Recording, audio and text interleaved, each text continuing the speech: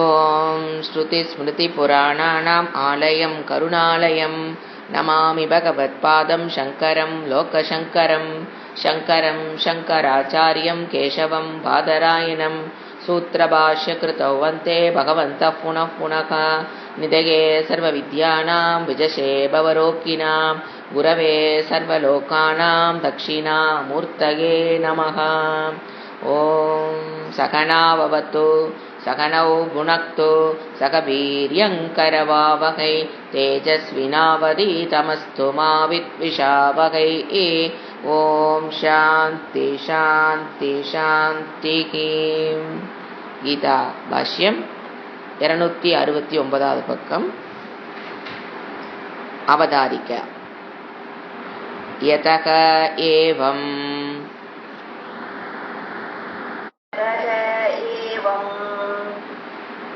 தஸ்மாதசக்தக சததம் கார்யம் கர்ம சமாச்சர.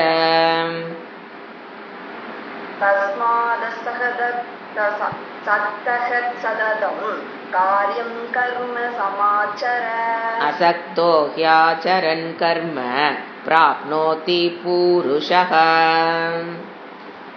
असक्तो ह्याचरन् कर्म परमाप्नोति पूरुषः. तस्मात् असक्तः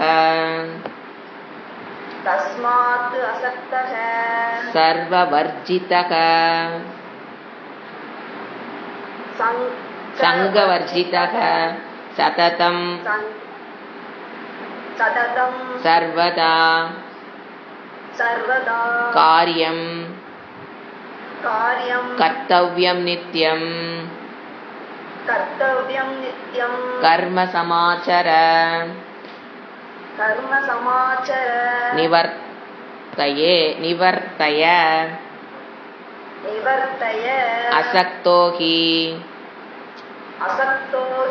यस्मात् समाचरन् ईश्वरार्थं कर्म कुर्वन् परमोक्षं आप्नोति पूरुषः. सत्त्वशुद्धिद्वारेण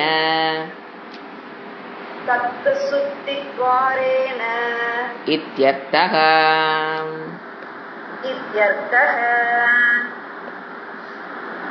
இந்த ஸ்லோகத்துக்கு இவ்வளோதான் பாஷ்யம். அப்போ அடுத்தது படிக்கும்போது அடுத்தது ஆன் பண்ணி படித்தா போதும். சரியா? இப்போ நாம் கம்மிங் டு த சப்ஜெக்ட். இதுதான் பாஷ்ய பாராயணம்னு சொல்லுவோம். இதுக்கு கம்மிங் டு த சப்ஜெக்ட். இப்போ நம்ம எங்கே இருக்கிறோம் அப்படின்னு பார்த்தீங்கன்னா, அவதாரிக்கையில் என்ன சொல்கிறாரு, அதுக்கு முன்னால் ஸ்லோகத்தில் என்ன சொன்னாருன்னு பார்த்தீங்கன்னா, கர்மாவை ஒரு ஆத்ம ஞானத்தை பெற்றவனுக்கு கர்மாவை விதித்த கர்மம், அதாவது என்ன, சாஸ்திரத்தில் சொல்லப்பட்ட கர்மத்தை செய்வதினால் செய்யாததினாலோ ஞானிக்கு எந்தவித பலனும் இல்லை. இதுதான் கான்செப்ட் இந்த இடத்துல. சாஸ்திரத்தில் விகித கண்டிப்பாக செய்யப்பட வேண்டிய கர்மம்னா என்னது? ஆசிரம கர்மம், வர்ண தர்மம் கர்மம் இதெல்லாம் இருக்கு இல்லைங்களா? இதை ஞானி செய்யறதுனால பிரயோஜனமோ செய்யாம விட்டதுனால தோஷமோ கிடையாது. அப்படிங்கும்போது அவருக்கு ஃப்ரீ. அப்போ அவர் மறுபடியும் பழையபடிக்கு போயிடுவாரா அப்படிங்கிறது எண்ணக்கூடாது. ஏன்னா அவருக்கு ஏன் செய்யறதுனால பிரயோஜனம் இல்லை, செய்யாம விட்டதுனால தோஷம்.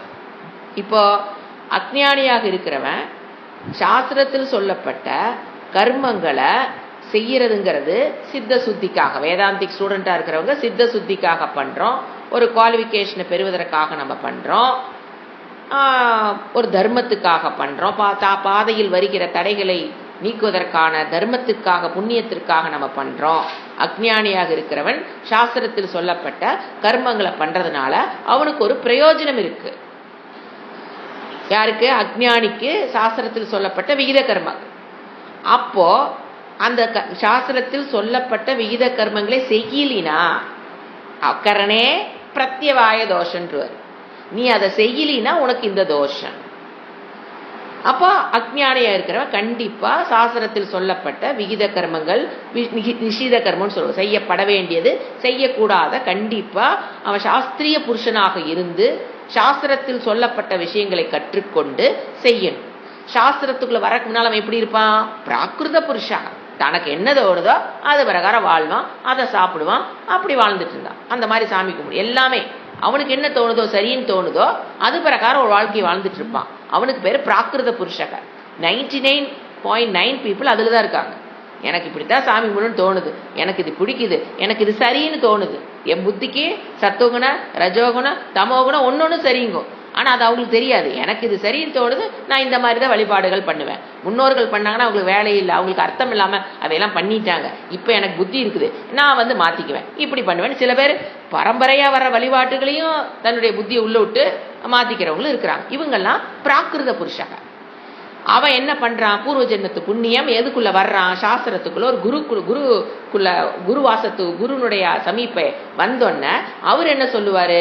சாஸ்திரத்தில் சொல்லப்பட்ட விஷயங்கள் ஒன்னொன்னா நீ இதை செய்யணும், இதை செய்யக்கூடாதுன்னு சாஸ்திரம் சொல்லுதுப்பான்னு அவரு தான் அவனை கைட் பண்ணுவார். எது? What are the things you should do, what are the things you should not do. அப்போ ஏன் செய்யணுங்கிறதுக்கும் அவர் காரணம் சொல்லுவார். ஏன் இது செஞ்சினா உனக்கு சித்த சுத்தி கிடைக்கும். கர்மயோகம் சித்த சுத்தி, நரயக்னம் சித்த சுத்தி, பஞ்சமகா யக்னம் பண்ணிதான் ஆகணும் கிரகஸ்தா, அது மூலியமாக உனக்கு சித்த சுத்தி. அதுக்கு முன்னால அதுக்கு புண்ணியம் கொடுக்கும். அது உனக்கு வர தடைகளை தலைக்கு வரத தலைப்பாகையோட போக்கக்கூடிய சக்தியை படுத்தது. பாராயணம் பண்ணணும், இதெல்லாம் சாஸ்திரத்துல சொல்லி இருக்குப்பான்னு அவர் என்ன பண்ணுவார்? அவனை கைட் பண்ண ஆரம்பிப்பார். அப்ப அவன் பிகம்ஸ் சாஸ்திரிய புருஷகா. அவன் எது வரைக்கும் அந்த கர்மத்தை பண்ணணும்னு ஒரு எண்ட் இருக்கு இல்லையா, ஒரு இடத்துல ஆரம்பிச்சான். குரு கிட்ட வந்ததுக்கு அப்புறம் தான் அவன் ஆரம்பிப்பான். பிராகிருத புருஷனாக இருந்தவன் குரு கிட்ட வந்ததுக்கு அப்புறம் தான் அதை ஆரம்பிப்பான். ஆரம்பிச்சது ஒரு இடத்துல முடியணுமா இல்லையா? எப்ப முடியும்? மேபி இன் திஸ் ஜென்மா ஆர் இன் நெக்ஸ்ட் ஜென்மா. எப்ப இந்த ஜென்மத்துல முடியும்? நீங்க ஆத்ம ஞானத்தை பெற்ற ஞானி ஆகும் போது you will free from all dos and don'ts. அப்படி இந்த ஜென்மத்துல ஞானத்தை பெற முடியலனா கூட அடுத்த ஜென்மம் கண்டிப்பா மனித சரீரமா கிடைக்கும். ஸ்ரீமதாம் குலத்துல பிறப்பீங்க, யோகினாம் குலத்துல பிறப்பீங்க. இங்க எது சாஸ்திரிய புருஷனாக இருந்து எவ்வளவு தூரம் நீங்க ஃபாலோ பண்ணீங்களோ அதை அப்படியே பிக்கப் பண்ற சூழ்நிலை உங்களுக்கு அமையும். இப்ப இந்த ஜென்மத்தில் செய்கிற துளியூண்டு முயற்சி கூட அடுத்த ஜென்மத்தில் உங்களுக்கு பயனை தரும். அது சாதன சதுஷ்டி சம்பத்தியை வளர்த்தி கொள்வதாக இருந்தாலும் சரி, கர்மயோகத்தைப்பா எவ்வளவு தூரம் வந்தீங்களோ அது வரைக்கும், அந்த கரண சுத்தி எது வரைக்கும் பெற்றீர்களோ எல்லாமே உங்களுக்கு எதையும் நீங்க இழக்காமல் அடுத்த ஜென்மத்துல கேட்ச் பண்ணி அடுத்த ஜென்மத்துல விட்ட இடத்துல இருந்து பிடிச்சு நீங்க என்ன ஆயிருவீங்க? ஆரம்பத்திலேயே சாஸ்திரிய புருஷனாகுவதற்கு வாய்ப்புகள் அதிகம். சாஸ்திரத்துக்குள்ள வந்துருவோம். அப்ப அதுக்குண்டான குரு எல்லா செட்டப்பும் அப்படியே அழகா கிடைக்கும். அடுத்த ஜென்மத்துல அவங்க அதுக்குண்டான முயற்சியை பண்ணலாம். இதுதான் இறைவனுடைய செட்டப். இப்போ இந்த ஆரம்பிச்சுட்டா ஒரு இடத்துல சாஸ்திரிய புருஷகன் குருமுகேன இந்த இடத்துல ஒரு கர்மத்தை ஆரம்பிச்சுட்டான். அந்த கர்மம் எப்ப முடியும்? மேபி இன் திஸ் ஜென்மான்னு சொன்னேன், இல்லைன்னா நெக்ஸ்ட் ஜென்மான்னு சொன்னேன். ஏன் இந்த ஜென்மத்துல முடியும் அப்படின்னு கேட்டீங்கன்னா, ஞானி ஆயிட்டானா அவனுக்கு சாஸ்திரம் என்ன பண்றது இல்ல, நோ விகித. அதாவது அந்த ஞானி ஆனதுக்கு அப்புறம் இறைவன் சொல்ல கண்டிப்பாக செய்யணுங்கிற கர்மத்தை செய்யறதுனால ஒரு பிரயோஜனம் கிடையாது. அல்லது இறைவன் செய்யக்கூடாதுன்னு செஞ்சாலோ அல்லது அதற்கு செய்ய வேண்டிய கர்மத்தை விட்டாலோ அவனுக்கு தோஷம் வராது. பிரத்யவாய அக்கரணே பிரத்யவாய தோஷம் சொல்றேன் பாத்தீங்களா, அதுவோ பஞ்சமகாயக்னம் பண்ணாதனால வரக்கூடிய தோஷமோ எதுவும் அவனுக்கு வராது. அதனால அவனுக்கு பிரயோஜனமும் கிடையாது, கேடும் கிடையாது. செய்ய வேண்டிய கர்மத்தை செஞ்சுதான் ஆகணுங்கிறது கிடையாது. ஏன்னா அந்த கர்மத்தினால் அவனுக்கு என்ன கிடைக்கணுமோ அதை அடைஞ்சிட்டாரு அவரு. அந்த கரண சுத்தி அடைஞ்சாச்சு, வேணுங்கிற தர்மத்தை சேர்த்து ஞானத்தையே அடைஞ்சாச்சு. அப்ப ஞானத்தை அடையும் போது என்ன நடக்குது? ஏன் அவருக்கு கர்மத்தை வேண்டான்னு இறைவன் சொல்றாரு? ராஸ் கிளாஸோட உபனிஷத் கிளாஸோட ஜாயின் பண்ணீங்கன்னா he loses his individuality, he becomes ஈஸ்வரா. தன்னுடைய இண்டிவிஜுவாலிட்டி அவர் என்ன பண்ணிட்டாரு? நான் இந்த சரீர அபிமானத்தை விட்டதுனால, இண்டிவிஜுவாலிட்டி விட்டதுனால, அவர் ஈஸ்வரனாகவே இருப்பதனால அவரு ஈஸ்வரரே தண்டனை கொடுத்துக்க முடியுமா என்ன? ஈஸ்வரனே கர்மத்தை செய்யின்னு விதிக்க முடியுமா என்ன? சோ அஞ்ஞானிகளுக்குத்தான் விகித கர்மம், அப்புறம் பிரத்யவாய தோஷம், செய்யாது அக்கரணை பிரத்யவாய தோஷம், இதெல்லாம் அஞ்ஞானிகளுக்கு தான். ஞானியானதுக்கு அப்புறம் அவர்களுக்கு எதையும் இறைவன், அதனாலதான் அவர் ஈஸ்வரராகவே இருப்பதனாலதான் அவர் என்ன பண்றாரு, ஞானி நீ செய்யலினாலும் தோஷம் கிடையாது, செஞ்சதுனால புண்ணியமோ பாப்பம் எதுவுமே அவருக்கு தேவையில்லை. ஏன் அவர் loses is identity once with becomes Ishwara. அவர் ஏன் என்னவாகிறாரு, ஹி பிகம்ஸ் ஈஸ்வரா. அதனாலதான் அவருக்கு ஞான நிஷ்டையில் இருக்கிற ஞானிக்கு எந்த கடமையும், இதுதான் மெயின் கருத்து, இது உபனிஷத்து கருத்து தான். இதை பகவான் இங்கு விளக்குறார். இப்ப நம்ம புத்தி ஆக்சுவலா ஒரு டவுட் வரும், ஆமா அப்ப ஞானி கொலை பண்ணாலும் அவருக்கு பாவம் இல்லையோ, அப்ப ஞானி தவறான செயல் பண்ணும்போது இறைவனுடைய நியதிக்கு இப்ப மாறுதே. ஏன்னா இது பண்ணுனா தர்மத்துக்கு உட்பட்டுனா புண்ணியம், அதர்மம் பண்ணுனா பாப்பம், புண்ணியம் சுகம், பாப்பம் துக்கம்னு வருஷ கணக்கா படிச்சு இருட நீதி மாத்த முடியாதுன்னா அப்போ இறைவனுடைய நீதி இங்க மாறுதே. அப்ப எப்படி ஞானி தப்பு, அதுக்குதான் சாஸ்திரம் சொல்லும், உண்மையான ஞானிங்கிறவ தப்பு பண்றதுக்கு வாய்ப்பே இல்லை.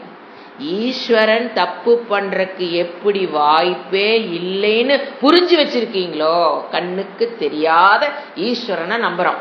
அந்த மாதிரி ஞானி, எந்த உண்மையான ஞானி, போலி வேடம் போடுறவங்கள ஞானி கிடையாது.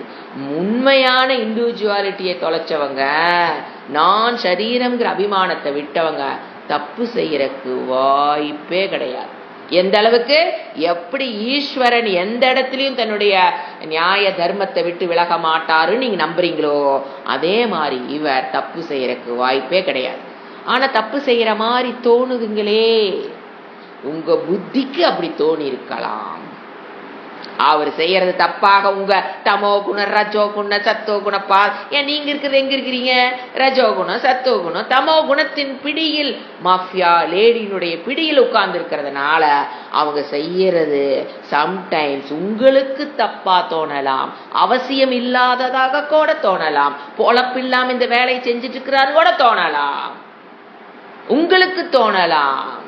ஆனா அவரை பொறுத்த வரைக்கும் அவருக்கு தப்புனா என்னன்னே தெரியாது. he becomes ஈஸ்வரா பவதி. எப்படி இறைவன் எந்த தப்பு பண்ண மாட்டான் நீங்க ஒரு இதுல இருக்கீங்களோ, கண்டிப்பா அவரும் அந்த நிலையில் இருக்கிறார். அதனாலதான் வாய்ப்பு கிடைக்கும் போதெல்லாம் என்ன சொல்றோம், போய் அவங்ககிட்ட அனுகிரகத்தை டேப் பண்ணுங்க.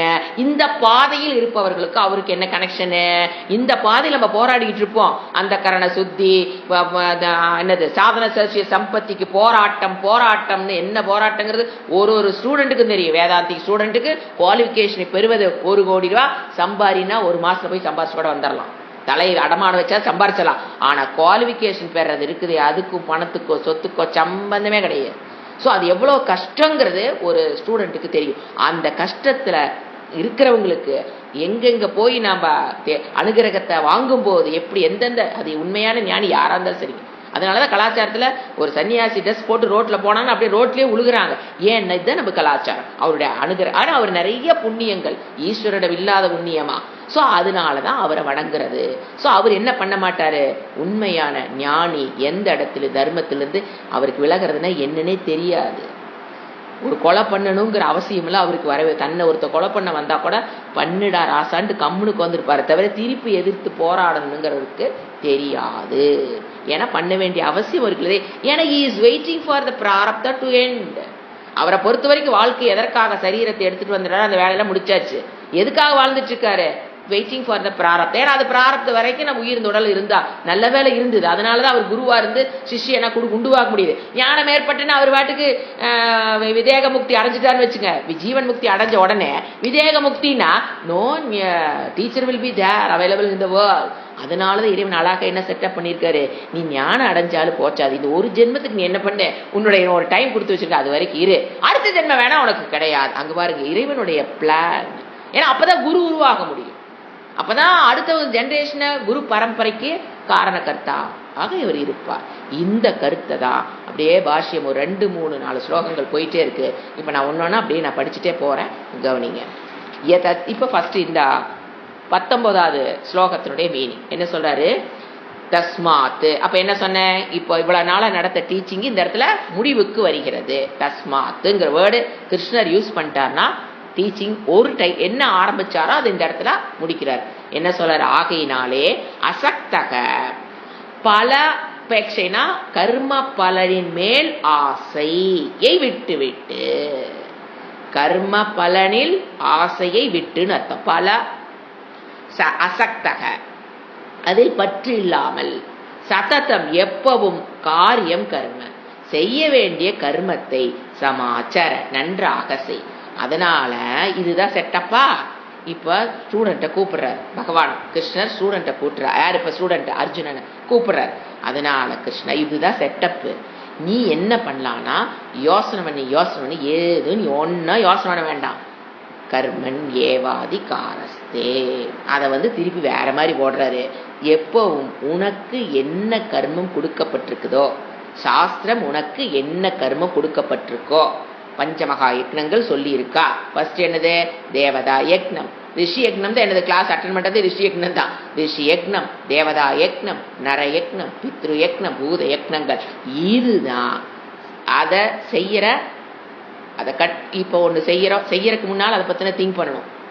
திங்க் பண்ணாம நம்ம எந்த கர்மத்தையும் மனதுக்குள்ள முதல்ல அந்த கர்மத்தை திங்க் பண்ற, அந்த கர்மத்தை செய்யற. முடிச்சிட்டியா, அடுத்த நாளுக்கு எப்படி பிளான் செய்யறியா, அதுக்கு அடுத்த நாளுக்கு என்ன பிளான் செய்யறியா, அதுக்கு அடுத்த நாளுக்கு என்ன. இந்த திங்கிங்க தவிர வேற எந்த திங்கிங் உனக்கு தேவையில்லை. அது மித்ததெல்லாம் கடவுள் பார்த்துக்குவார். சோ சததம் காரியம் கர்ம, எப்பவுமே அது சததம் சொல்றாரு, எப்பவுமே கர்மத்தை செய். எப்படி செய், சமாச்சார சமயக்கு சர, சரண டு, சமயக்கு முறை தர்மத்துக்கு உட்பட்டு இறைவன் என்ன ஆட்டிடியூடோட கர்மத்தை செய்ய சொல்றாரோ அந்த ஆட்டிடியூடோட கர்மயோக புத்தியோட பஞ்சமகா யக்னங்களை நீ பண்ணு. இது ஒண்ணுதான் உன்னால பண்ணவும் முடியும். அதை மட்டும் பண்ணு. ஹி ஏன்னா இதை சொல்ற அர்ஜுனா, அசக்தக எப்போ கர்ம பலனில் இருக்கிற பற்றை விட்டுட்டு, அது எது வருதோ வரட்டும், இன்னைக்கு என்ன நான் பண்ணணும் செஞ்சாச்சு, அந்த பலனை ஒரு நிமிஷம் கூட நினைக்க கூடாது. அடுத்தது என்ன நான் பண்ணணும் இதுலயே இப்படி. ஏன்னா அப்படி கர்மத்தை ஆச்சரன்னு நீ அந்த மாதிரி கர்ம பலனையே எதிர்பாராமல் 24 மணி நேரம் வாட் நெக்ஸ்ட், என்ன வேலை, அடுத்து என் கர்மத்துக்கு என்ன நான் பண்ணணுங்கிற அந்த அந்த அனுஷ்டித்தினா அந்த கர்மத்தை கர்ம பலனின் மேல் ஆசை இல்லாமல். ஏன்னா 99% நம்ம கர்மம் பண்றோம்னா என்ன, எதுக்கா இதை பண்ணுனா என்ன பலன். மனது கர்மத்தை பண்ண ஆட்டோமேட்டிக்கா போய் கர்ம பலன்ல போய் உட்காந்துக்கும்.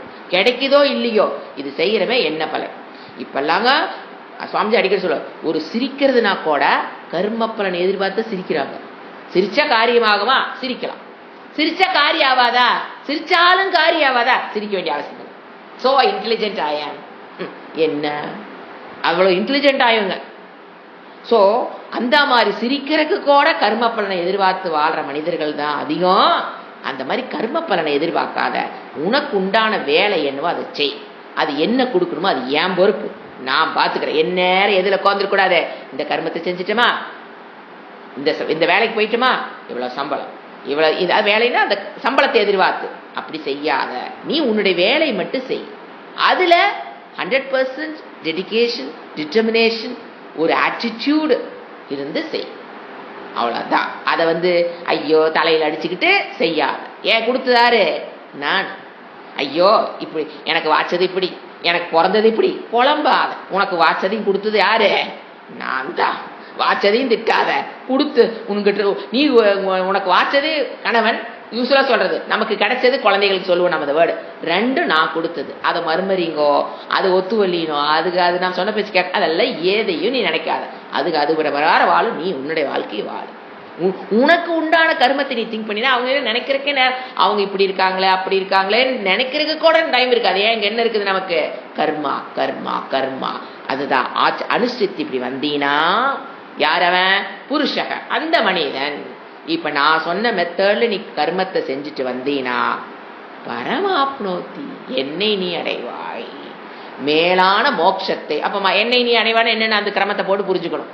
அப்போ அந்த கரண சுத்தி பெற்று சிரவணம் மரணம் நிதித்தியாசனம் ஞானம் ஞான நிஷ்டை பரம் ஆப்னோதி, மேலான மோட்சத்தை எப்போ இங்கேயே வாழ்ந்து கொண்டிருக்கும் பொழுதே ஜீவன் முக்தியை நீ அடைவாய்.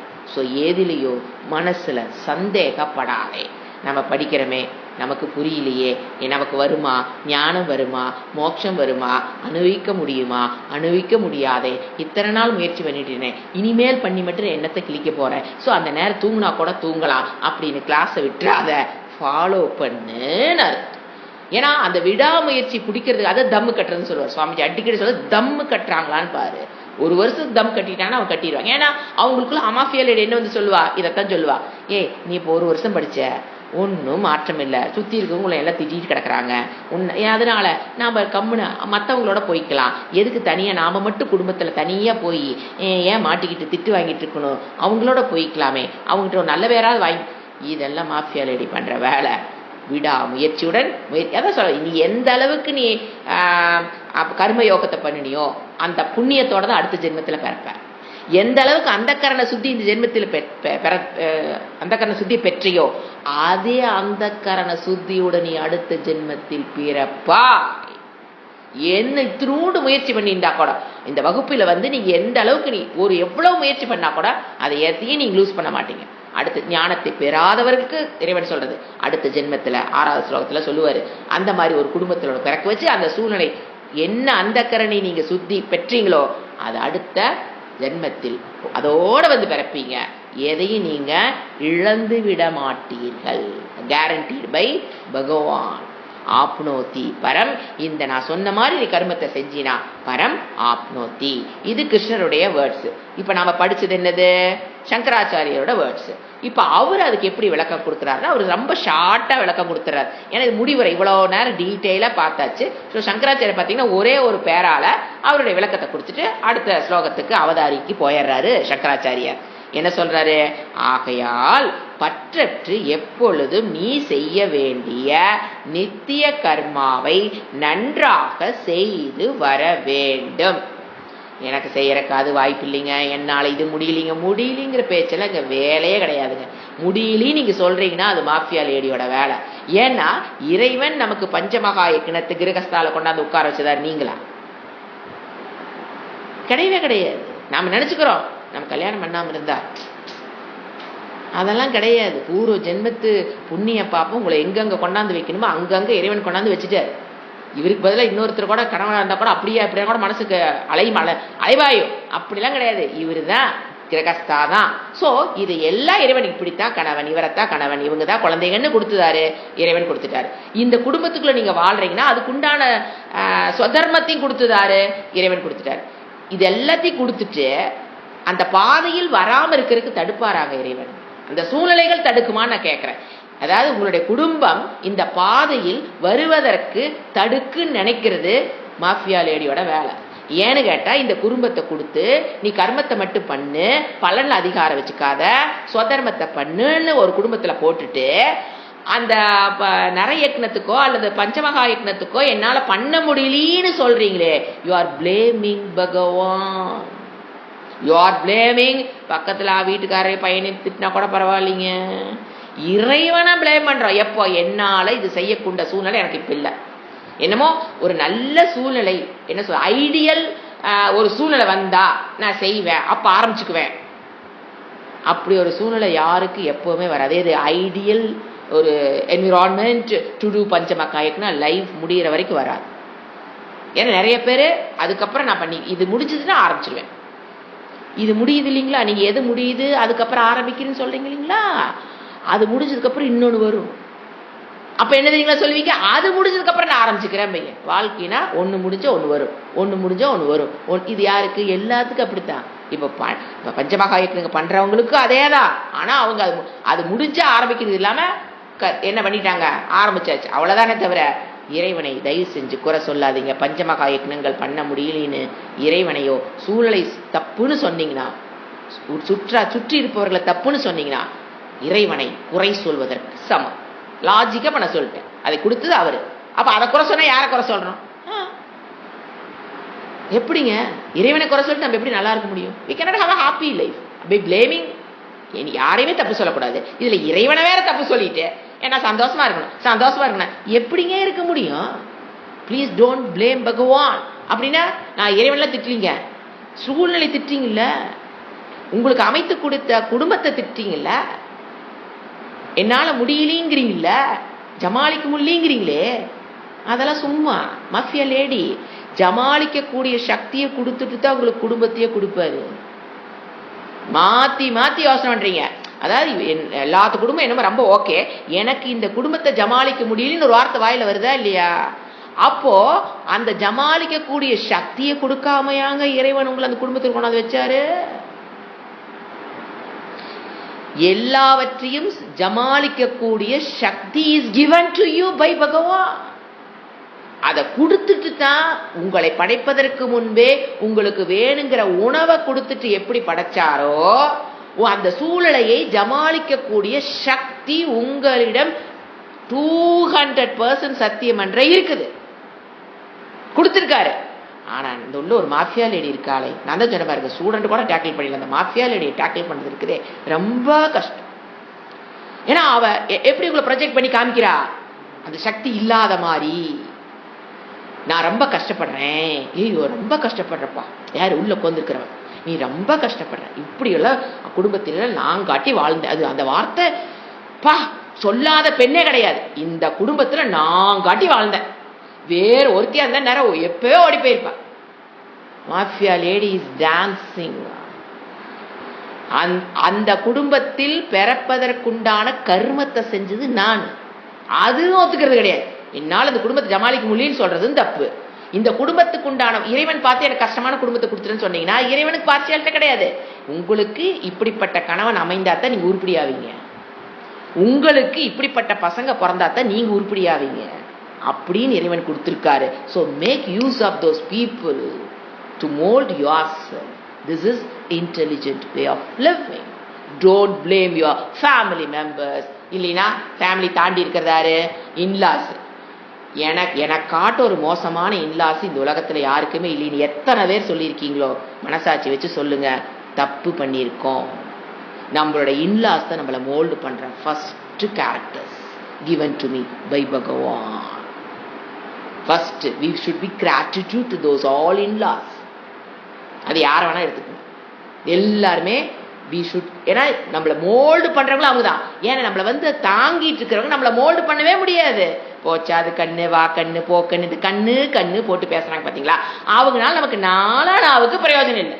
ஏன் என்ன தப்பு பண்ணாலும் போச்சா சரி கண்ணு. சோ அவங்க உங்களுக்கு வாழ்க்கைக்கு அன்பை காட்டுவாங்க, ஆதரவு தருவாங்க. வேதாந்த பாதையில் உங்களுடைய வளர்ச்சிக்கு அவங்கனால உங்களுக்கு நாளானாவுக்கு பிரயோஜனம் கிடையாது. வேதாந்த பாதையில் முன்னேறத நம்ம பிறந்திருக்கோம், அதுக்கு உதவி செய்பவர்கள் இன்லாஸ் தான். ஜென்ரலா லேடிஸா இருக்கிறத சொல்றேன், அது ஆணா இருந்தாலும் எடுத்துக்கலாம், பெண்ணா இருந்தாலும் எடுத்துக்கலாம். அவங்க தான் நம்மளை குத்தி குத்தி குத்தி mould. So be gratitude to all of your in laws. பிடிக்கல பிரச்சனையை தள்ளி நின்றுக்குங்க, அது வேற விஷயம். போய் தலையை கொடுத்து கொடுத்து மொளை வரைக்கும் விடுங்கலாம் நான் சொல்லவில்லை. தள்ளி நின்றுக்குங்க, அவங்கள வெறுக்க வேண்டிய அவசியம் இல்லை.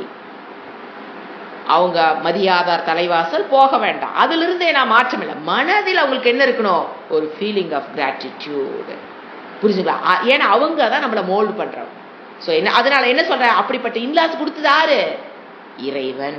அப்ப அவங்கள திட்டினீங்க அப்படின்னா யாரை திட்டுறோம், இறைவனை திட்டுறோம். இதைத்தான் அப்படி இருந்து நான் சொல்லிட்டு இருக்கேன். Don't blame anybody in this world. ஏன்னா ஆட்டோமேட்டிக்கா லேடிஸ் ஃபர்ஸ்ட் பழி போடுறது, நான் காட்டி இந்த குடும்பத்துல பொழைச்சேன்ப்பா, நான் காட்டி இந்த மாமியாட்ட பொழைச்சேன், நான் காட்டி இந்த மாதிரி அங்கேயாட்ட.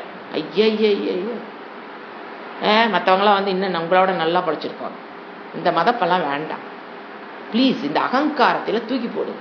உங்களை விட அழகாக அவ கொண்டு போயிருப்பா. நமக்கு வாய்ப்பு இங்க கொடுத்துருக்காரு, நம்ம யூஸ் பண்ணிட்டு இருக்கிறோம். அவளுக்கு வாய்ப்பு அங்க இருக்கு. பிளேஸ்மெண்ட் மாத்தினார்னா தெரியும் நம்ம வண்டவாளம் அங்க போய் என்ன ஆகுதுன்னு.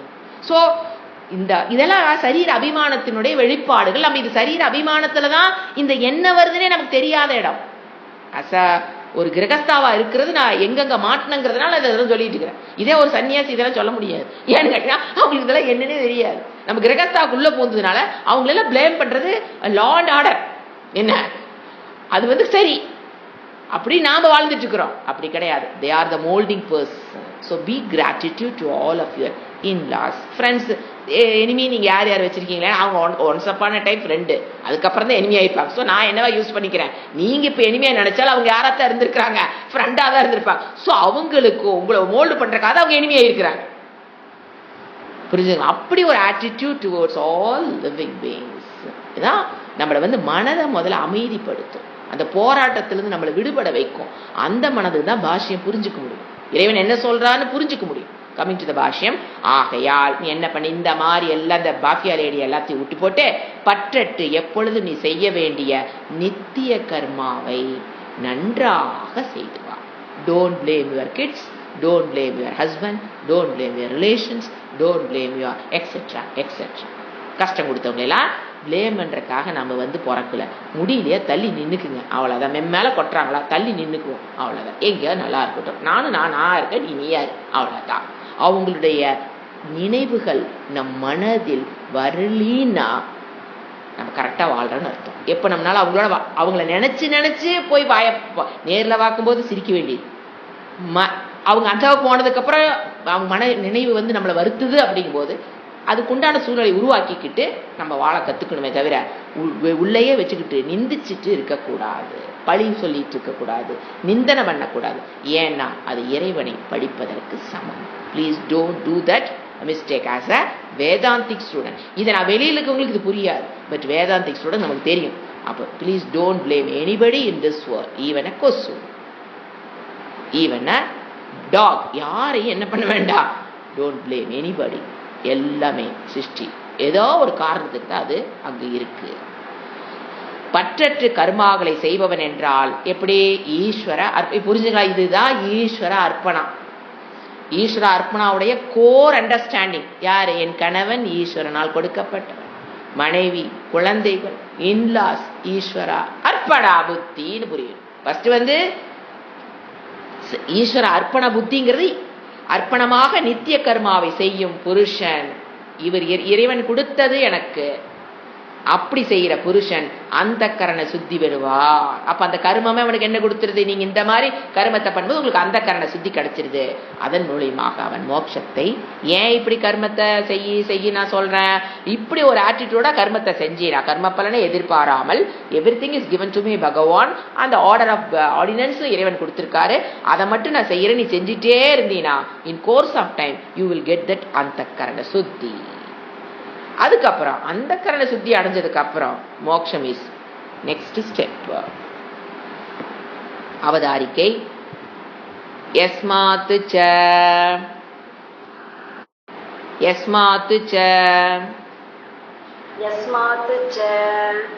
கர்மணைவ ஹி சம்சித்திம் ஆஸ்திதா ஜனகாதயः. கர்மணைவைஹி சம்சித்திஹி மாஸ்திதா ஜனகாதயः. கர்மணைவ ஹி சம்சித்திம் கர்மணைவைஹி சம்சித்திம் ஆஸ்திதா ஜனகாதயः. லோக சங்கிரகமேவாபி சம்பஷ்யன் கர்த்துமர்ஹசி. பாஷ்யம். கர்மணா ஏவ ஹி யஸ்மாத் பூர்வே க்ஷத்ரியாः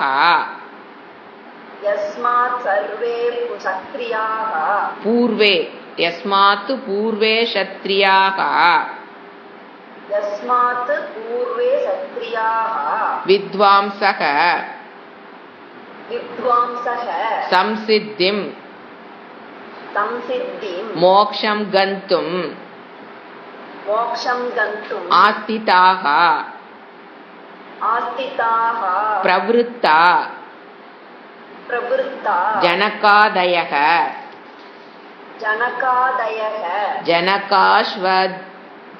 ஜனகாஸ்வபதி பிரபுத்தயः.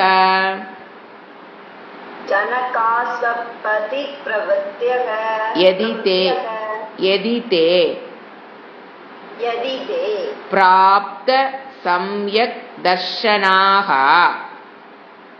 प्राप्त सम्यक् दर्शनाः ததோ லோக சங்கிரகார்த்தம் ततो लोकसङ्ग्रहार्थं பிராரப்த கர்மத்வாத் प्रारब्धकर्मत्वात् கர்மணா சக ஏவ कर्मणा सह एव அசம்யஸ்ய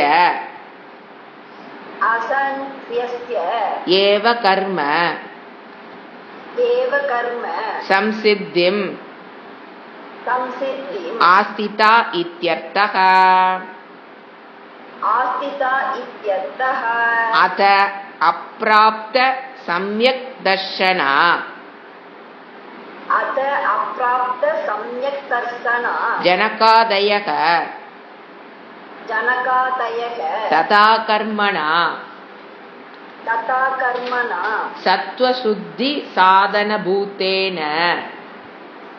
तत्त्वशुद्धि साधनभूतेन கிரமேண क्रमेण சம்சித்திம் संसिद्धिम् ஆஸ்திதாக இதி आस्थिताः इति வியாக்கியேயக ஸ்லோகः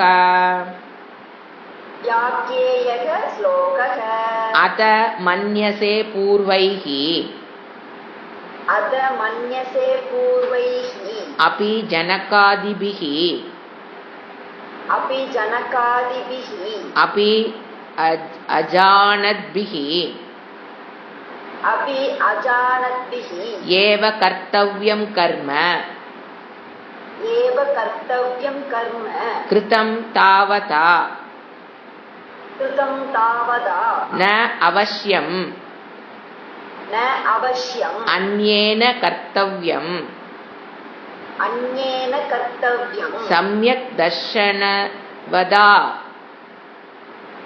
सम्यक् दर्शनवदा கிருதார்த்தேன இதி कृतार्थेन इति ததாபி तथापि பிராரப்த கர்மாயத்தக प्रारब्धकर्मायक्तः त्वं लोकसङ्ग्रहम् एव त्वं लोकसङ्ग्रहम् एव अपि अपि लोकस्य लोकस्य उन्मार्ग प्रवृत्ति निवारणम् उन्मार्ग प्रवृत्ति निवारणम् लोकसङ्ग्रहः लोकसङ्ग्रहः तम्येव अपि तम्येव अपि प्रयोजनं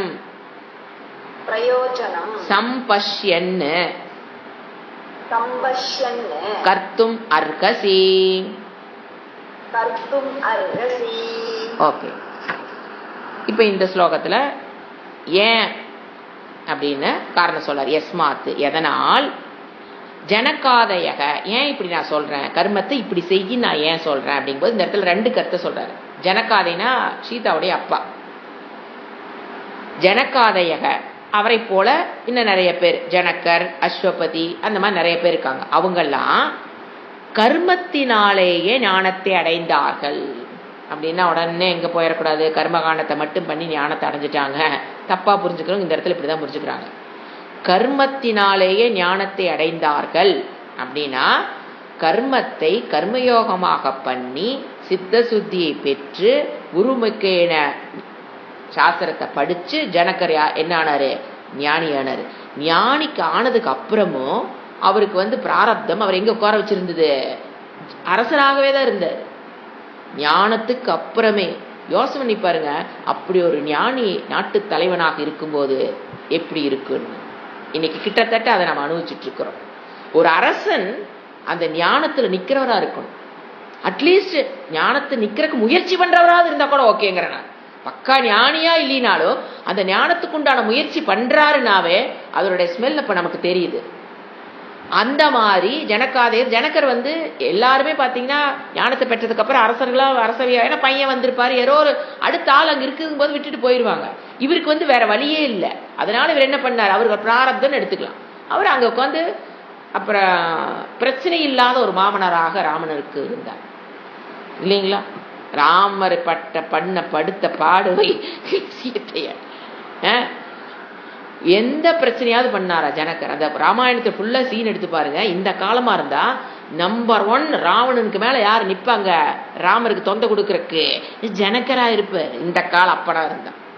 நீங்க ராமாயணம் ஃபுல்லா படிச்சு பாருங்க. எங்கேயாவது ஜனகர் தேவையில்லாத விஷயத்த பேசினாரா? தேவையில்லாத விஷயத்த செஞ்சாரா? தேவையில்லாம ஏதாவது உள்ள பூந்து குடும்பத்தை கெடுத்தாரா? எதுவுமே கிடையாது. எப்படி முடிஞ்சது? பிகாஸ் ஆஃப் தட் ஞானம். ஏன்னா ப்ரூஃப் என்ன? ஜனகர் வந்துங்க ஞானத்தை பெற்றாரா? ஞானத்தை பெற்றுட்டு ஞானியா இருந்தாரா? இல்ல 2 விதமா சாஸ்திரம் என்ன சொல்லும். அரசன் அந்தக்கரணை சுத்தி பெறுவதற்காக போராடி கொண்டவனா இருக்கலாம், அல்லது அந்தக்கரணை சுத்தி பெற்று ஞானத்தை பெற்றனா. எந்த அந்த வேதாந்தத்துக்குள்ள வந்துட்டா போதுங்க, is qualified to be the king. அதுக்குள்ள வந்துட்டாவே போதும். ஏன்னா அவன் பிராரப்தம் அவனை எந்த இடத்துல ஞானத்துல கொண்டு அது வரைக்கும் அவங்க என்ன பண்ணிட்டு தான் இருப்பாங்க? போராடிட்டு தான் இருப்பாங்க. உள்ள சாதன சர்ச்சை சம்பத்தி அவருக்கு அரசனா இருக்கிறதுக்காக சாதன சர்ச்சை சம்பத்தி உடனே வந்துருமா என்ன? அதெல்லாம் எது வராது. ஸோ அவரு வாழ்க்கையில அரசனா ஒரு 20 வயசுல வந்தாரு, 25 வயசுல வந்தாருன்னா வேதாந்தத்துக்குள்ள புகுந்துட்டா போதும். அவங்க வாழ்க்கை பாட்டுக்கு அப்படியே அந்த எந்த கரண சுத்தியெல்லாம் போயிட்டு இருக்கும். ஆனா அவனுடைய ரோல் பிளே கிங்கா ரோல் பிளே பண்றாருன்னு வச்சுக்கோங்க. எப்படி இருக்குங்கிறத நாம இப்ப ஸ்மெல் பண்ணிட்டு இருக்கிறோம். ஒரு குரு கிட்ட பாடம் கத்துக்கிற சாஸ்திரத்தை ஒரு குருமுக்கேன படிக்கிற ஒரு ஆள் அரசனாக வந்தார் எப்படிங்கிறது. அப்ப ஜனகர் நம்ம 2 தான் புரிஞ்சுக்கலாம். அந்த கர்மத்தை அரசனா இருக்கிற கர்மத்தை சென்று சித்த சுத்தி அடைஞ்சாருன்னு புரிஞ்சுக்கலாம், அல்லது சித்த சுத்தி அடைஞ்சிட்டு ஞானியாக இருந்து அரசவையில் அரசனாக இருந்தாருன்னு நம்ம புரிஞ்சுக்கலாம். எப்படி வேணா இருக்கு. இதுல இன்டர்னல் சேஞ்ச் நாம அதெல்லாம் ஸ்மெல் பண்ணவோ யாரு பக்கத்துல இருக்கவங்களுக்கே தெரியாது. இவன் அந்த கரணை சுத்தியை ட்ரை பண்ணிட்டு இருக்கிற கிங்கா, அந்த கரணை சுத்தி பெற்று ஞானத்தை பெற்ற கிங்கா, அல்லது ஞானத்திலிருந்து நழுவாம ஞான நிச்சயம் இருக்கிற யாருக்குமே தெரியும்? Nobody nose in this world even his wife. அப்போ நாம எப்படி வேணா இந்த ஸ்லோகத்தை புரிஞ்சுக்கலாம். சோ அந்த கரணை சுத்தி அது பின்னாடி பாஷை சொல்லுவார் சங்கராச்சாரியர். அவன் ஞானத்தை பெற்றுட்டு வந்து சீட்டு வந்து உட்கார்ந்தான்னு புரிஞ்சுக்க கூடாது. இட் இஸ் ரொம்ப அந்த மாதிரி வர்றது ரொம்ப ரேர். ரொம்ப கோடியில ஒன்னா இருக்கணும். சோ அரசனா வந்ததுக்கு அப்புறம் அவர் இந்த பாதையில அப்படியே குரோத் ஆயிட்டு ஆன்மீக வளர்ச்சி அடைய அது ஒரு ட்ராக். இந்த பக்கம் அவர் என்னவா இருந்தாரு? அரசனாக இருந்து ஆட்சி புரிந்தார். அவர் ஞானத்தை பெற்றுக்கலாம், பெறாம இருக்கலாம், ஞான நிஷ்டைக்கு வந்திருக்கலாம், எப்படியோ ஒண்ணு. ஆனா அவர் பாருங்க ராமாயணத்துல ப்ராப்ளமே இல்லாத பொண்ணோட அப்பானா அவர் தான். He is the role model for all the பெண்களை பெற்ற தாய் தகப்பர்கள் தந்தை எப்படி நடந்து கொள்ளணுங்கிறக்கு ராமாயணத்துல ஜனகர் ஒரு உதாரணம். ஏன் என் பொண்ணை காட்டு கூட்டிட்டு போன? உன்னை யார் கூட்டிட்டு போக சொன்னா? அவ ஆரம்பிச்சா நீ கூட்டிட்டு போவியா? என் பிள்ளைய நான் எப்படி வளர்த்தணும் தெரியுமா? நீ எப்படி வளர்த்திட்டு இருக்கிற?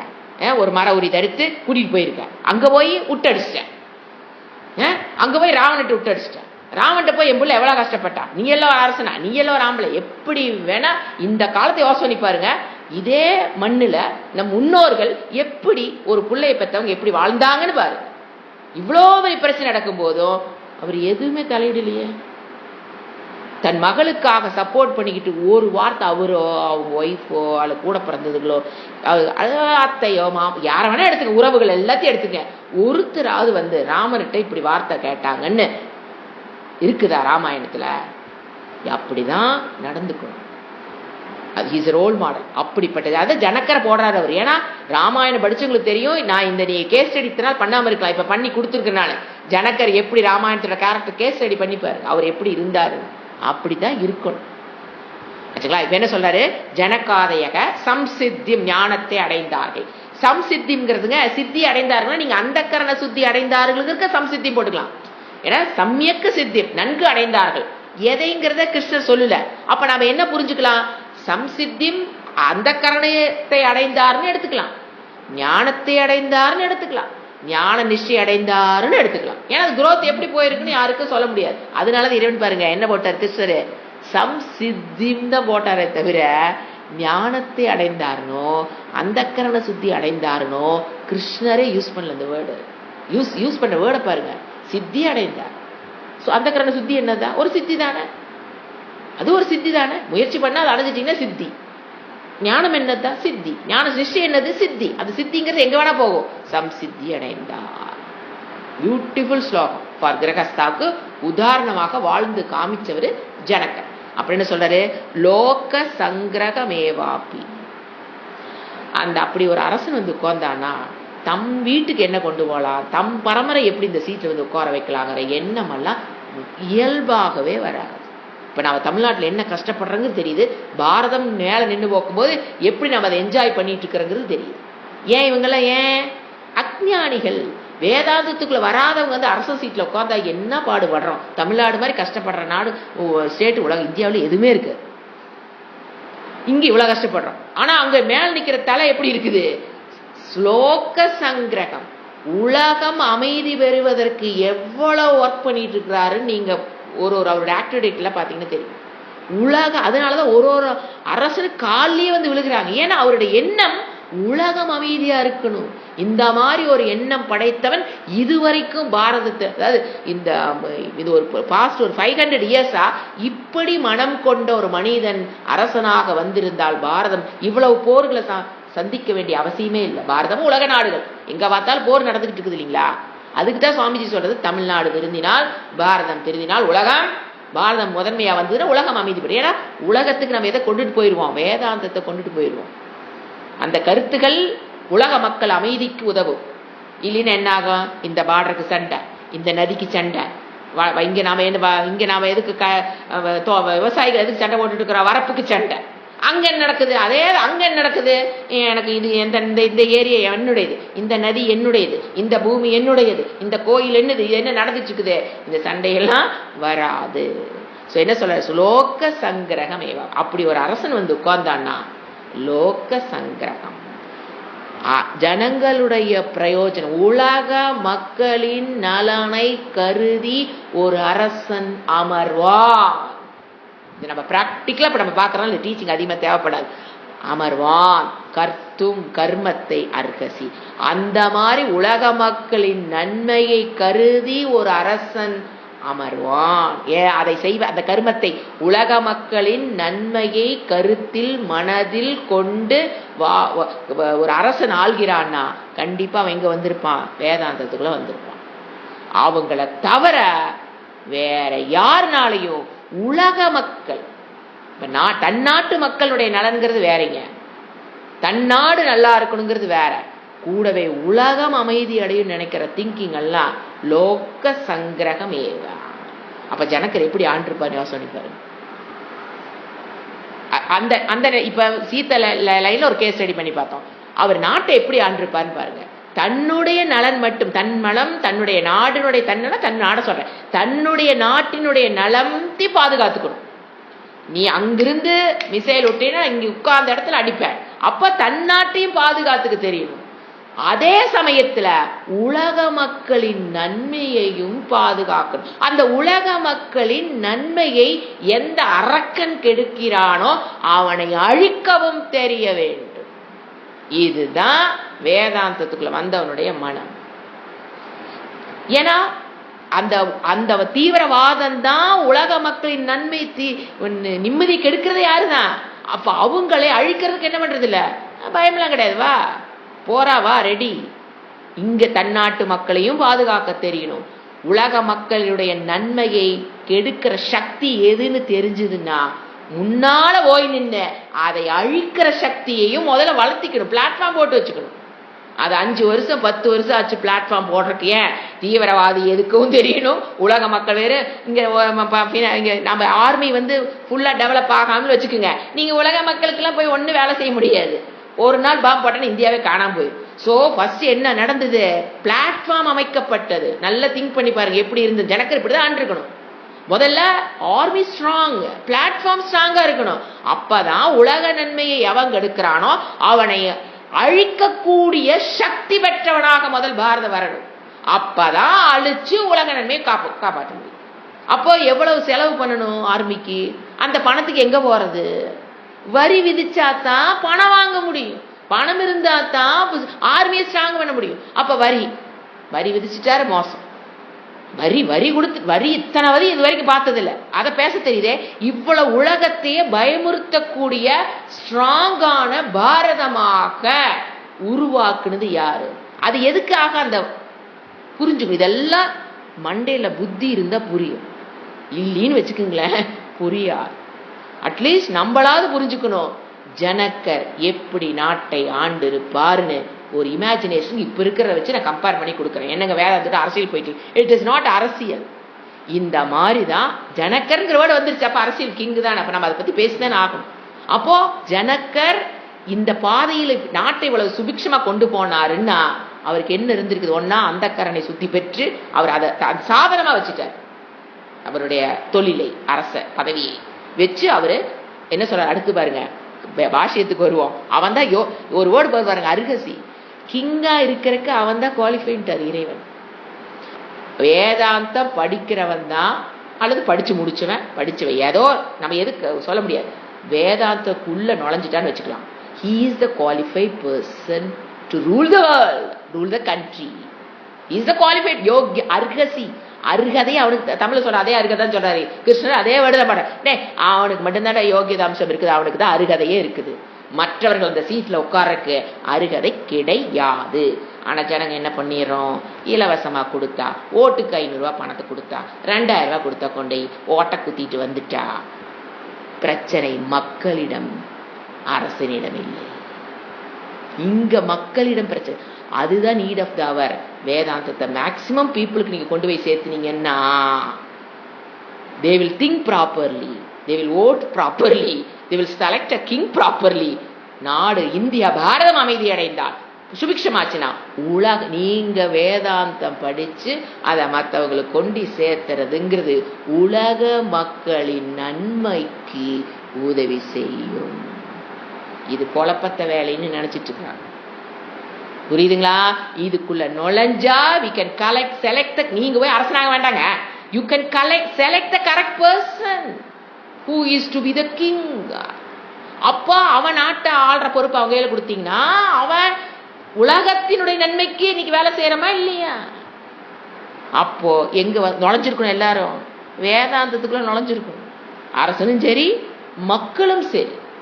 அரச மட்டும் போயிட்டுட்டா இங்க எல்லா கூறு கட்டு தெரிஞ்சு என்ன பண்ண முடியும்? அரசனால என்ன பண்ண முடியும்னு நினைக்கிறீங்க? ஒன்னும் பண்ண முடியாது. அவரை கொள்றதுக்கு ஆளு சுத்திட்டு இருக்கும். அதனால அத்தனை பிளாக் கேட். இப்படி ஒரு அரசன் நாட்டை ஆண்டால், ஜனக்கர் நாட்டை ஆண்டால் சுத்தி பிளாக் கேட் வச்சுதான் போக வேண்டியிருக்கு. அப்படி இருக்குது மக்களுடைய. அந்த காலத்துல ஜனக்கருக்கு ஏன் பிளாக் கேட்ட தேவையில்லை? இப்படி போன அரசு இருக்கு. அந்த காலத்துல ஏன் பிளாக் கேட்ஸ் தேவையில்லை? புல்லட் ப்ரூஃப் கார் ஏன் அவருக்கு தேவையில்லை? தேர் வச்சுக்கலாம். புல்லட் ப்ரூஃப் தேர் ஏன் வச்சுக்கல? மக்கள் அந்த அளவுக்கு உயர்ந்த பக்குவத்தில் வாழ்ந்திருக்காங்க. So Janaka was not in need of bulletproof there. இந்த காலத்துல மக்கள், so he needs bulletproof car. அது தெரியுதுல, இவ்வளவு செலவா, அவ்வளவு செலவா, அந்த காரா, அந்த வண்டிய முதல்ல தான் உயிரை காப்பாத்தினா தான் நாட்டை ஆள முடியும். என்ன எதை திங்கிங்கே இல்லைங்க. தமோ குணம். இந்த கண்டதையும் என்னது ஏன் இந்த நிலைமைக்கு மக்கள் வரான்னு பாத்தீங்கன்னா தமோ குணம். எதுவுமே புரியாது. சரியெல்லாம் எப்படி தோணும்? தப்பா தோணுமா?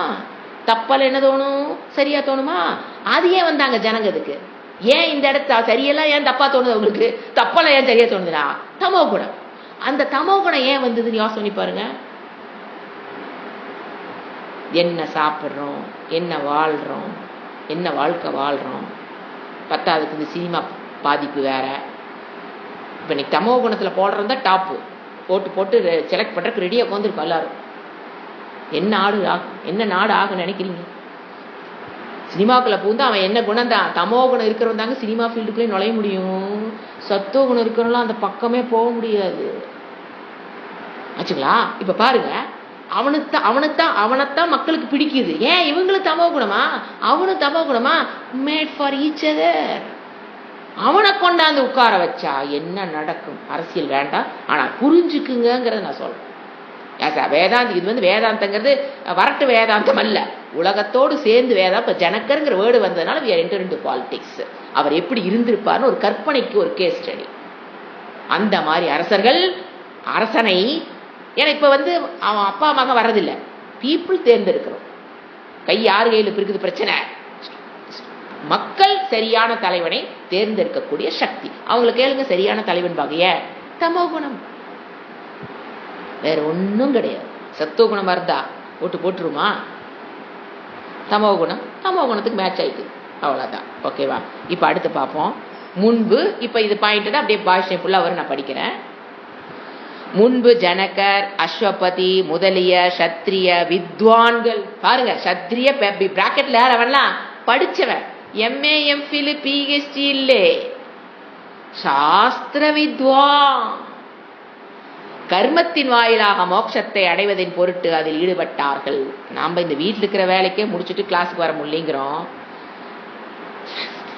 அரசனா இருந்துட்டு அவர் வகுப்பு அட்டன் பண்ணியிருக்காருன்னா எனக்கெல்லாம் அந்த இடத்துல டேர்னிங் பாயிண்ட். நான் இன்னும் அந்த இடத்துல எங்க சுவாமிஜி சொன்னது நான் கேட்டது இன்னும் எனக்கு அந்த நிமிடம் இப்படி அரைஞ்சமா இருந்தது. பாஷை இந்த இடம் நான் படிக்கும்போது அவர் ஜனக்கர் அரசனா இருக்கவர் கிளாஸ்க்கு, அது அவருக்கு வேற அது ஒரு பெரிய இது இருக்கு, 2 குரு அவருக்கு வச்சுங்களா.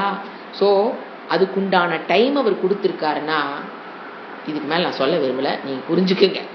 அரசனா இருக்கிறவ ஒரு நாளைக்கு 2 குரு வச்சு படிச்சிருக்காரு. ஒரு குரு இல்ல, வேதாந்தத்துக்கு 2 குரு. அதுக்குள்ள எங்க ப்ரூஃப் அதெல்லாம் இருக்குது. இல்லையே நாங்களா பொய் சொல்ற கிழக்கு வந்து குறையில, எப்படி 1 ஹவராவது படிச்சிருக்கணும். எப்படி முடிஞ்சது அவர்னால? ஆஃப்டர் ஆல் ஒரு கிரகஸ்தா சீட்ல உட்காந்துக்கிட்டு நாம பண்ற அளப்பறை இருக்குதே கடவுளே.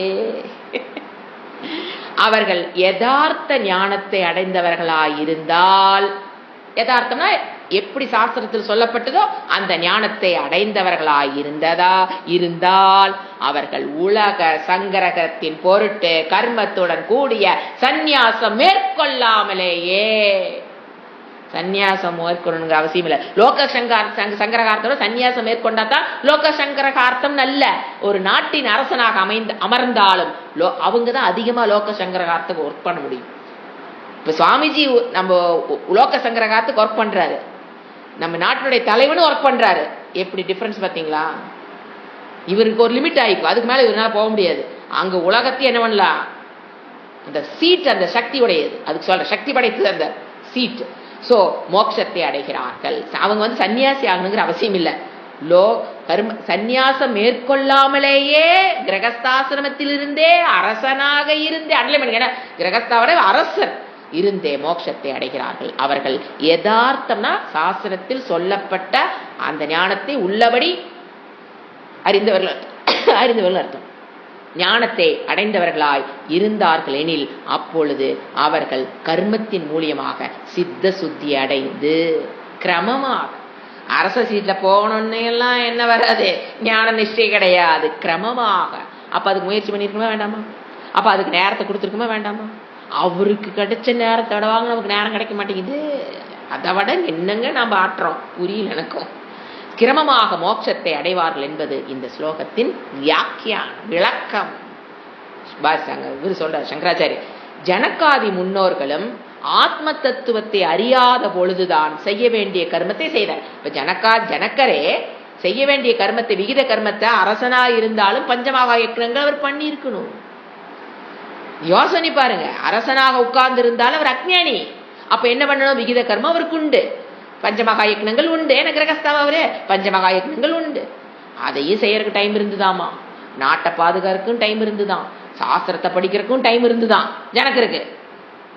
நமக்கான இல்லையா செய்தார்கள். ஆகையால் ஆத்ம ஞானத்தை அடைந்த கிருதார்த்தன செய்ய வேண்டியதை செய்து முடித்தவன் ஞானி. அவசியம் நித்திய கர்மாவை செய்ய வேண்டியதில்லை.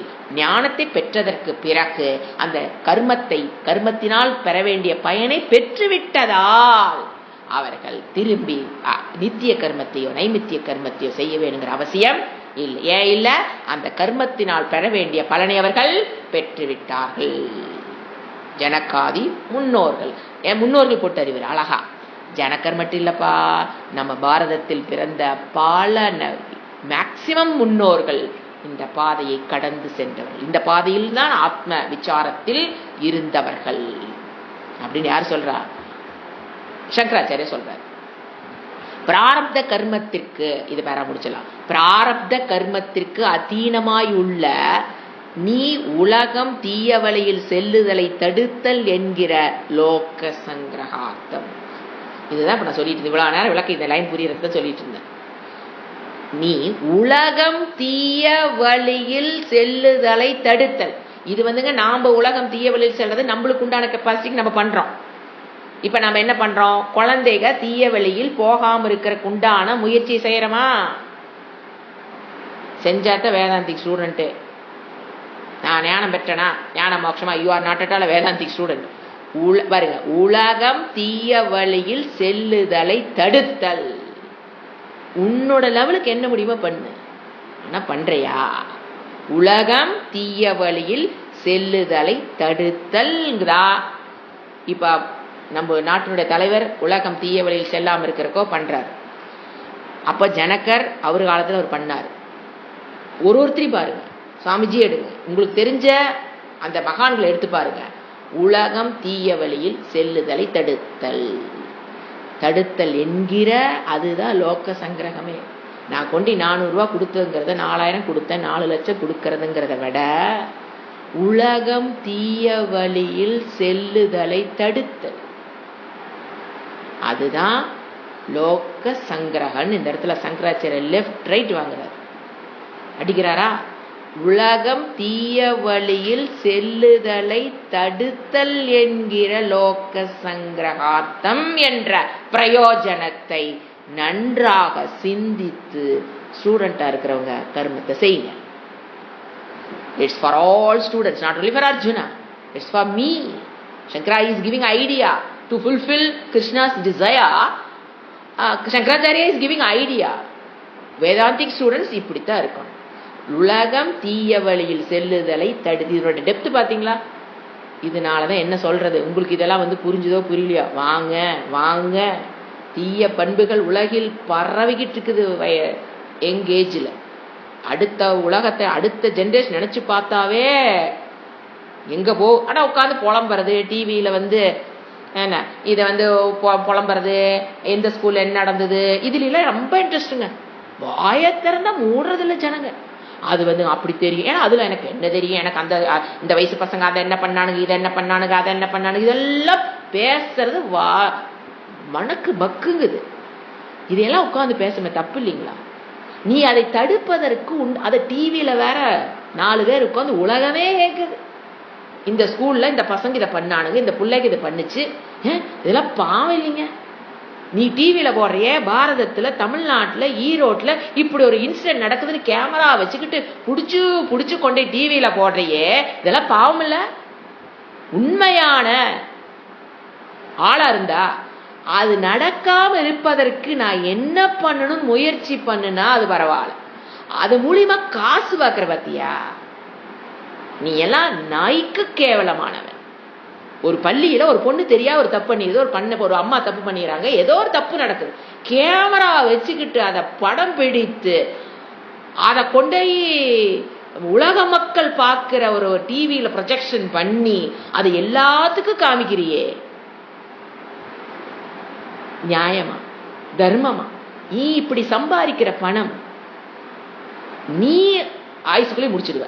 உங்க அடுத்த தலைமுறையெல்லாம் அந்த பாப்பம் அடுத்த தலைமுறையை அனுபவிக்கும். ஏன்னா அந்த நீ சம்பாதிச்சு வச்சுக்க எப்படி இப்படி டிவியில காமிச்சு காமிச்சு அதுக்கு என்ன ரேட்டுங்கிறீங்களே, இந்த ரேட் அதிகமான அதனால ப்ரோக்ராம் அந்த மாதிரி போட்டு போட்டு போட்டு காசு சம்பாதிக்கிறியே, அதை சாப்பிட்டு வளருதே உன்னுடைய தலைமுறை, உன் பையன் வேற எப்படிங்க அதுக்கெல்லாம் நல்லா இருக்கும்? வேற அதுல பாருங்க, வேற வழி இல்லாம அதுக்கு நீ எல்லாம் இப்படி சம்பாதிச்சு எனக்கு போனது கேட்டுதா பாவம். நீ சம்பாரிச்சு அப்படி போறதுனால அந்த குழந்தைங்க அந்த அன்னத்தை உண்றதுனால அந்த பாப்பத்தை அவர்கள் கழிக்க வேண்டிய அவசியத்திற்கு உருவாகிறோம். சீத உலகம் எப்படி போயிட்டு இருக்குன்னு பாருங்க. தவறு. நீ அப்ப என்னங்க பண்ணணும்? அந்த தவறு சிந்திச்சு அந்த தவறு நடக்கிறதுக்கு காரணம் என்னன்னு கண்டுபிடிக்கணும்.